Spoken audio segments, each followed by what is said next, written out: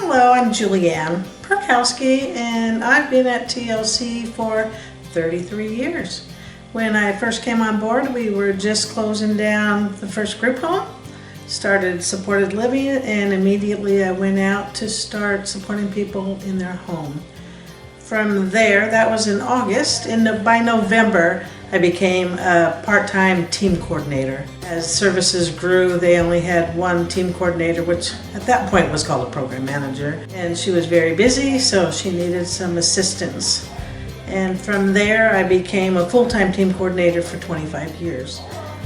After that, I started working in the office as a training coordinator, and I did stuff with hiring.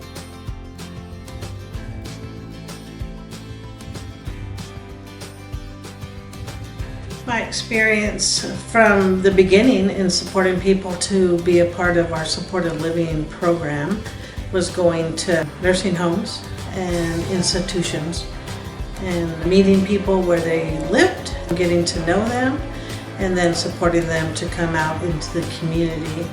And there was a lot of value in that. Seeing how people lived, one, was disheartening. Seeing people isolated, you go week after week and they're still sitting in the same chair when you go to see them. There was a gentleman that I met at an institution who was a smoker, and it seemed like he had no rights to be a smoker. All his staff had a smoking area, and if he chose to smoke and he needed assistance, you had to hold a cigarette for him and light it. He had to go off the grounds of the institution to have a cigarette. So he had to go just out to the road on the side of the institution when all of his staff and everybody that worked there had a smoking area. And I thought that was so sad. But to see people that were 18 years old, we supported two people coming out of Highline Care Center. That's a sad experience to see people that are young and full of energy living in a nursing home and having their school bus pick them up there and that being their home. Probably that was two of the most remarkable women to see come into the community for me in the beginning. They were just so excited. They just couldn't wait to live life and to have a home and have friends and people that cared about them come to them and them to have opportunity, because living in some of these facilities, they didn't leave the grounds very often. And so seeing people, how they lived, and then getting to see them blossom and grow and be so excited to have their own home was amazing.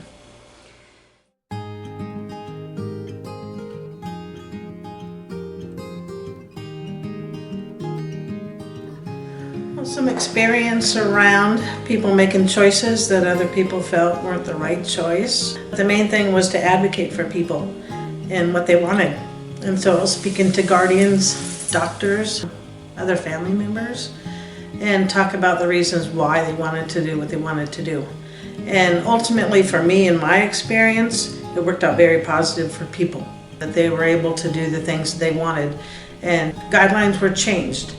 I remember supporting someone that the doctor said she needed to have pureed food or really a controlled food intake, and she didn't want that, and she was very clear that she didn't want that. And so every time that she decided she didn't want to follow the guidelines from the doctor, we had to write a refusal. So sometimes that was a couple times a day, and that was very disheartening, and it certainly made her angry. And she sure let us know that. And so I was advocating with the doctor, and where they finally changed how they wrote their recommendation. And he listened to her, and he wrote something in a way that said, this is my recommendation, and this person gets to choose her food and how she would like it, and whether it be pureed or soft or regular, whatever her choice was. Somebody that wanted some alcohol that didn't go with their meds worked out a plan that when she decided to have alcohol, we had a plan how she would take her meds. And I know that was in another house as well, and I don't remember the exact plan, but where again, we're talking about people's lives and they get to make choice, and it was very nice to see Guardians kind of give a little bit, find out, the reasons why they had some kind of a guideline, and then to be able to talk about it with that person or on behalf of that person.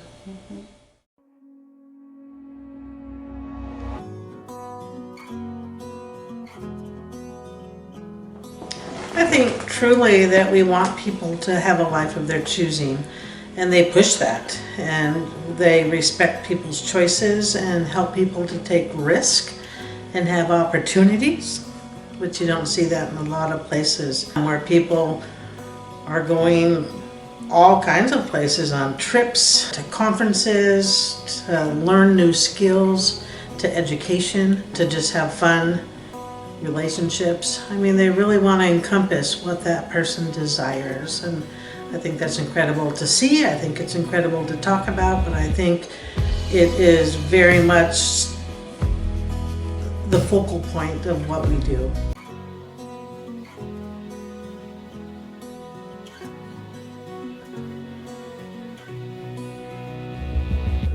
My experience, and then just knowledge of other organizations from other people. The thing that I like so much about TLC is what I refer to as having a 3 a.m. friend.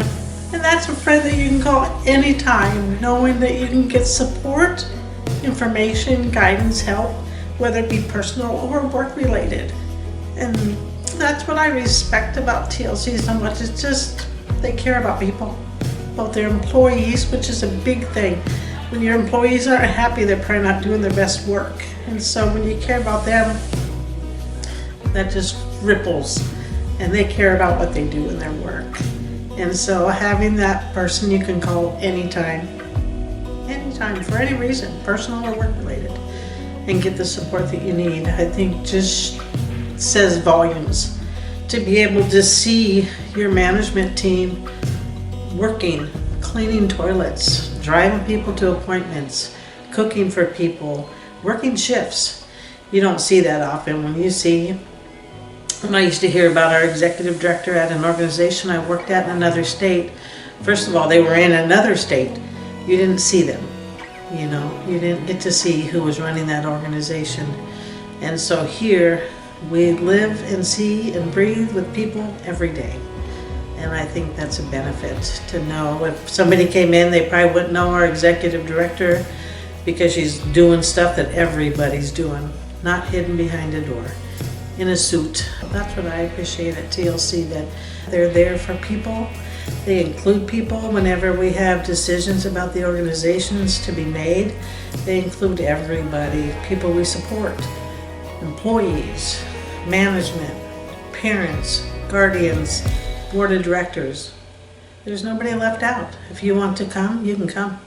And they're invited to everything. And so, again, I think that says volumes. We're not hiding from people and saying we have all the answers and we just do it this way. We want to work in partnership with everybody so that person's life is as full as it can get.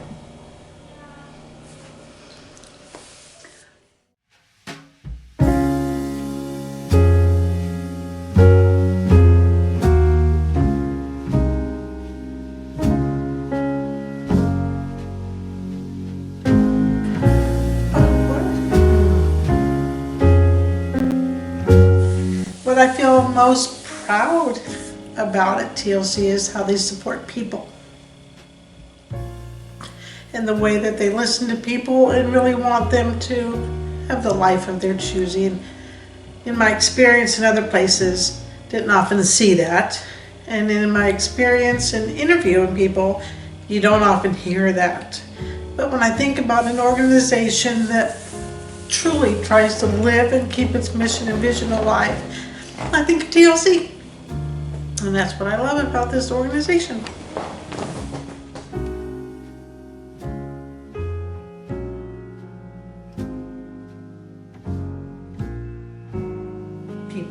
The people that have run this organization and cared about people. I think the job can be very hard.